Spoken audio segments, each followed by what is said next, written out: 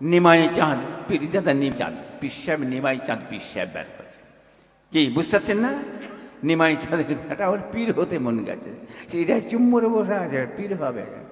হ্যাঁ, কোথা থেকে হবে পীর? কে তোমাকে খেলাফত দিলে?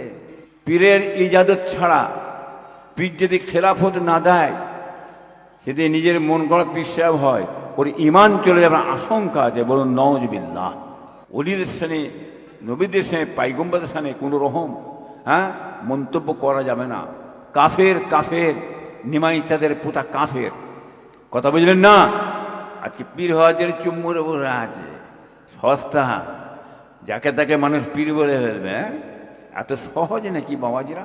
ছিঁড়া মারা পোলো ভাঙা আঁধারে পাঁধারে পড়ে থাকে, ওই ছিঁড়া মারার নাম ইব্রাহিম পীর সাহেব বলেন। আমি যে নাম বলি নাই, এই তিনটে যন্ত্র বসানো আছে এখানে, দেখছেন না? এই যে তিনটে যন্ত্র, বুঝতে পারছে কি জিনিস? রকেটের মনে হানবে, গোটা ভারতবর্ষ রকেটের মনে হানবে। বুঝতে পেরেছ? মিডিয়া খাবে, গিলবে, খাবে, নাম প্রচার হয়ে যাবে।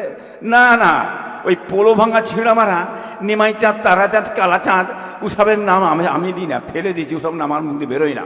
কথা বলি না? যেটাই বলছি কিন্তু এটা বাংলার মানুষ জানে ও কি চাঁদ। হাঁকি না বলো তো বাবা।